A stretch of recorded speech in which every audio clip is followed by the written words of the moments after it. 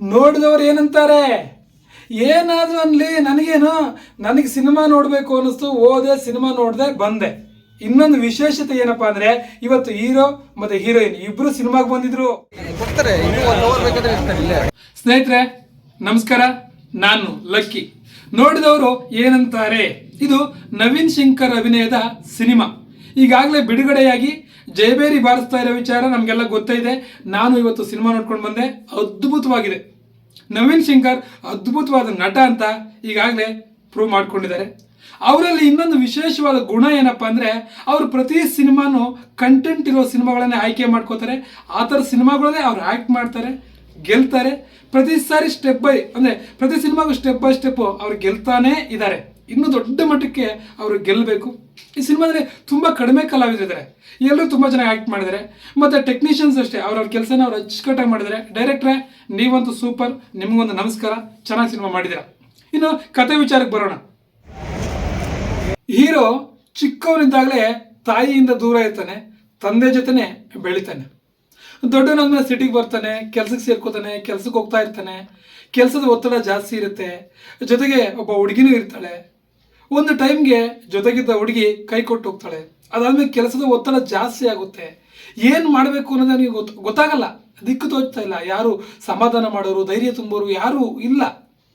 ಆ ಬೇಸರದಲ್ಲಿ ಕೆಲಸನ ಬಿಟ್ಬಿಟ್ಟು ಅವನು ಬೆಂಗಳೂರಿಂದ ಆಚೆ ಹೋಗ್ಬಿಡ್ತಾನೆ. ಎಲ್ಲಿ ಹೋಗ್ತಿದ್ದಾನೆ, ಯಾಕೆ ಹೋಗ್ತಿದ್ದಾನೆ ಅವನಿಗೆ ಗೊತ್ತಿಲ್ಲ, ಕ್ಲಾರಿಟಿ ಇಲ್ಲ. ಸುಮ್ಮನೆ ಹೋಗ್ತಾ ಇದ್ದಾನೆ ಅಷ್ಟೇ, ಟ್ರಾವೆಲ್ ಮಾಡ್ಕೊಂಡು ಹೋಗ್ತಾ ಇದ್ದಾನೆ. ಆ ಟ್ರಾವೆಲಲ್ಲಿ ಒಬ್ಬ ಹುಡುಗ ಸಿಗ್ತಾನೆ. ಸೆಕೆಂಡ್ ಹಾಫಲ್ಲಿ ಒಂದು ಹುಡುಗಿ ಸಿಗುತ್ತೆ. ಕ್ಲೈಮ್ಯಾಕ್ಸಲ್ಲಿ ಅವರ ತಾಯಿ ಸಿಗ್ತಾಳೆ. ಸ್ಟೆಪ್ ಬೈ ಸ್ಟೆಪ್ ಹೋಗ್ತಾ ಇರುತ್ತೆ. ನಿಜವಾಗ್ಲೂ ಅದ್ಭುತವಾಗಿದೆ. ಅಂದರೆ ಈ ಕೆಲಸದ ಒತ್ತಡ, ಕೋಪ, ಟೆನ್ಷನ್ನು, ಟ್ರಾಫಿಕ್ಕು, ಈ ಸಿಟಿ ಇವೆಲ್ಲವಿಂದ ದೂರ ಇರಬೇಕು, ಆರಾಮಾಗಿರಬೇಕು, ನೆಮ್ಮದಿಯಾಗಿರಬೇಕು ಅಂತ ಮನಸ್ಸು ಹೇಳ್ತಾ ಇರುತ್ತಲ್ಲ, ಅಂಥವ್ರಿಗಂತೂ ಈ ಸಿನಿಮಾ ಅದ್ಭುತವಾಗಿದೆ. ಪ್ರತಿ ಸೆಕೆಂಡ್ ಎಂಜಾಯ್ ಮಾಡ್ಬೋದು, ಥ್ರಿಲ್ ಇದೆ, ನಗ್ತಾ ಇರ್ಬೋದು. ಅಷ್ಟು ಅದ್ಭುತವಾಗಿ ಸಿನಿಮಾನ ಕಟ್ಕೊಟ್ಟಿದ್ದಾರೆ ಡೈರೆಕ್ಟ್ರೆ ನೀವಂತೂ ಸೂಪರ್. ಮತ್ತು ನಾನು ಸೀನ್ ಟು ಸೀನ್ ಕತೆ ಹೇಳಲ್ಲ ನಿಮಗೆ. ಸೀನ್ ಟು ಸೀನ್ ಕತೆ ಹೇಳಿದ್ರೆ ಸಿನಿಮಾ ನೋಡೋ ಥ್ರಿಲ್ ಇರಲ್ವಲ್ಲ. ಸಿನಿಮಾ ನೋಡ್ತಾ ಇದ್ರೆ ನೆಕ್ಸ್ಟ್ ಏನಾಗುತ್ತೆ ಅನ್ನೋದು ನಮ್ಗೆ ಗೊತ್ತಾಗಬಾರ್ದು. ಆ ಕುತೂಹಲ ಹಾಗೇ ಇರಬೇಕಲ್ವಾ. ಅದಕ್ಕೆ ನಾನು ಎಲ್ಲರಂತೆ ಸೀನ್ ಟು ಸೀನ್ ಕತೆನ ಹೇಳಲ್ಲ.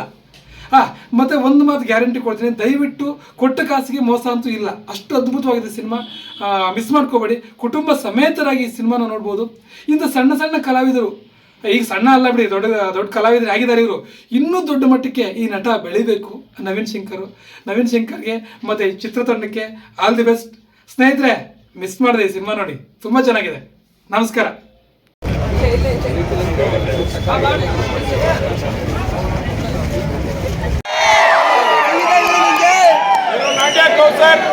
ನಿಮ್ಮ ನಾಟ್ಯ ನಮ್ಮ ಚೇಟ ಅಲ್ಲಿ ಹುಬ್ಳ್ಯಾಗ ಸೆಲೆಬ್ರೇಟ್ ಮಾಡತ್ತಲ್ಲ.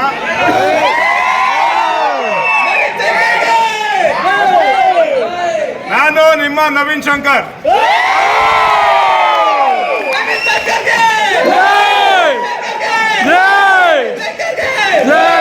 ನಾನು ಬೆಂಗಳೂರಿಗೆ ಬಂದಾಗ ಫಸ್ಟ್ ಟೈಮು, ಆಕ್ಚುಲಿ ಬಂದು first ಉಳ್ಕೊಂಡಿದ್ದ Vijayanagara.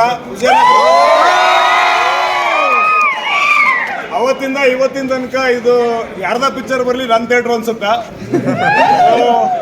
Thank you so much ಇಲ್ಲಿ ಬಂದಿರೋದು ಎಲ್ಲರಿಗೂ ಕೂಡ. ಆಮೇಲೆ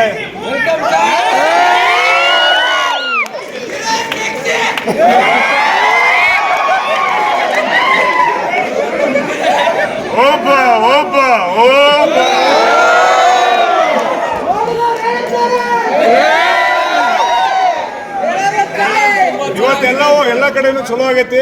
and this is the best.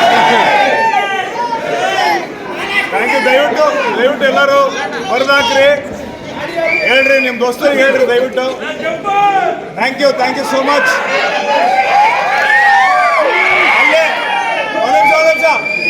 ಅಲ್ಲಿ ಹೊರಗೆ ವೇಟ್ ಮಾಡ್ತಿರ್ತೀವಿ, ಬರ್ರಿ ಬಟ್ಟೆಗಳು.